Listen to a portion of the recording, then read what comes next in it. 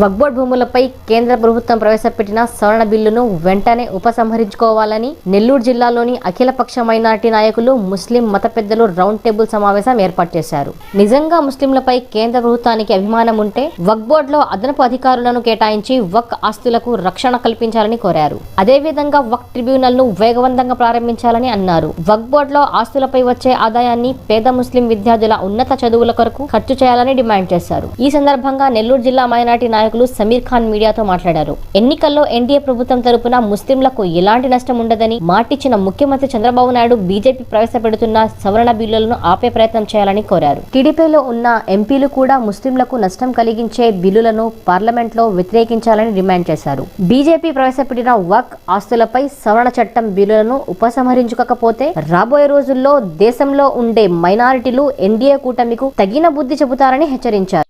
ఈరోజు భారతదేశంలోనే ముఖ్యంగా టార్గెట్ ప్రధానమంత్రి ఎప్పుడైతే ప్రైమ్ మినిస్టర్ అయినాడో అప్పటి నుంచి టార్గెట్ ముస్లిం, టార్గెట్ క్రిస్టియన్, టార్గెట్ దళిత్.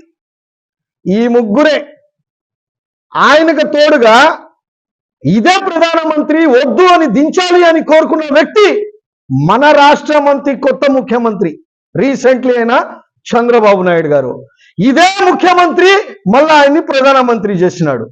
ఈ వక్ఫ్ బోర్డ్ సంబంధించిన బిల్ ఏదైతే ఉందో ఇది నరేంద్ర మోదీ గారిది కాదు, చంద్రబాబు నాయుడుది కాదు, గవర్నమెంట్ది కాదు.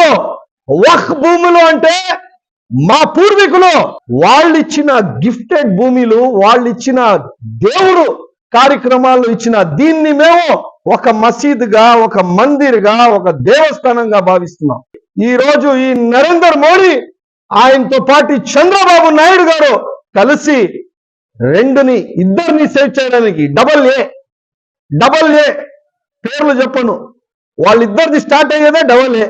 ఈ డబల్ ఏలకి సేవ్ చేయడానికి మాకు ఈరోజు కింద నుంచి భూమి నుంచి తీసేయాలని తీసుకుని వచ్చిన అమెండ్మెంట్ బిల్ ఇది. ఇంత ఘోరం. ప్రధానమంత్రి అయ్యేటప్పటి నుంచి అరే ఏదైనా డ్యామ్ కట్టినావా, ఏదైనా చేసినావా, ఏదైనా మంచి పెద్ద ఫ్లేవర్ చేసినావా, ఏదైనా ప్రజలకి ఉపయోగపడి చేసినావా mister Narendra Modi?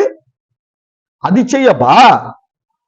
Amendment bill, CAA, NRC, 375 article, హిజాబ్, హిందూ ముస్లింల గొడవలు, ఇప్పుడు ఇది, రేపు యూసీసీ బిల్. రేపు జుబ్బాలు టోపీలు వేయాలంటే నరేంద్ర మోదీ పర్మిషన్ తీసుకోవాలి. ఆయనతో పాటు ఆయన్ని ప్రధానమంత్రి చేసిన చంద్రబాబు నాయుడిని పర్మిషన్ తీసుకోవాలి. ఈ పరిస్థితి మీరు తీసుకొని వస్తున్నారు.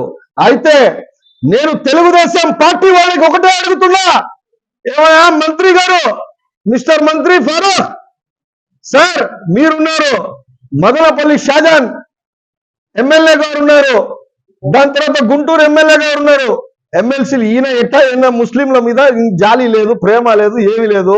ఎందుకంటే నెల్లూరులో ఉండే అజీజ్ భాయ్ ఎమ్మెల్సీ ఇస్తానని కాళ్ళు నరికేస్తున్నాడు చంద్రబాబు నాయుడు గారు. అది కామనే. కానీ మీరందరికి అడుగుతున్నా, అజీజ్ భాయ్తో పాటు ఈ ముగ్గురు ఎమ్మెల్యేకి, ఒక మంత్రికి, మీకు రేపు మీ బిడ్డలకి మీరు సమాధానం చెప్పాలి. రేపు మా మసీద్లు కూలుకొడితే, రేపు మా ఖబరస్థాన్లకి పర్మిషన్లు ఇవ్వకుండా, రేపు మా దర్గాలకి పగలు కొడితే, రేపు వీళ్ళు కలెక్టర్ దగ్గర తీసుకొని ఇట్ట నిలబడాలి. అయ్యా మా వక్ఫ్ బోర్డు భూమి ఉందయా, పలానా ఆయన తీసుకున్నాడయా అని పోయి ఈయన దగ్గర కలెక్టర్ దగ్గర నిలబడాల్సిన పరిస్థితి ఉంటది. రేపు మీరు నిజంగా చెప్తున్నా, మీరు ముస్లింలు మర్చిపోబాకండి. చంద్రబాబు నాయుడు గారి దగ్గర నిలబడి, సార్ చెప్పు దెబ్బలు పడతాయి మాకు, ఇది మా కమ్యూనిటీ ఇష్యూ, మాకు సిఏఏలో అన్యాయం జరిగింది, దాంట్లో అన్యాయం జరిగింది, ప్రతి దాంట్లో జరిగింది, ఇది కానీ మేము కానీ వక్ఫ్ బోర్డుకి సంబంధించింది కానీ వాళ్ళు బిల్లు కానీ పాస్ అయితే మాకు కింద నుంచి భూమి నుంచి తీసేసినట్టు ఉంటుంది సార్, మేము తల ఎత్తుకొని తిరగలేము అని మీరందరూ పోయి చంద్రబాబు నాయుడు గారు చెప్పండి. 60 నుంచి 80 కాన్స్టిట్యున్సీలకి మీరు ఎమ్మెల్యేలు ఉన్నారు తెలుగుదేశం పార్టీ వాళ్ళు. 60 నుంచి 70 కాన్స్టిట్యున్సీకి ముస్లింల ప్రభావం పడుతుంది. 12 నుంచి 16 ఎంపీల మీద పడుతుంది. ఇది మీరు గుర్తుపెట్టుకోండి. ఈ బిల్లు గాని చంద్రబాబు నాయుడు గారు ఇది గాని మీరు పార్లమెంట్ లో గాని పాస్ చేస్తే రేపు మీరు ఎన్నికల్లో ఎట్లా మీరు ఈ విధంగా చీటింగ్ చేసి వచ్చారో అదే విధంగా మళ్ళా మీకు ఒరిజినల్ గా 23 కాదు కదా 2కు తీసుకొని వచ్చేస్తారు. మీరు మీ అబ్బాయి తప్ప ఎవరు ఉండరు. అదే విధంగా పవన్ కళ్యాణ్ గారు వక్ఫ్ బోర్డు అంటే ఏమో తెలియదు ఆయనకి.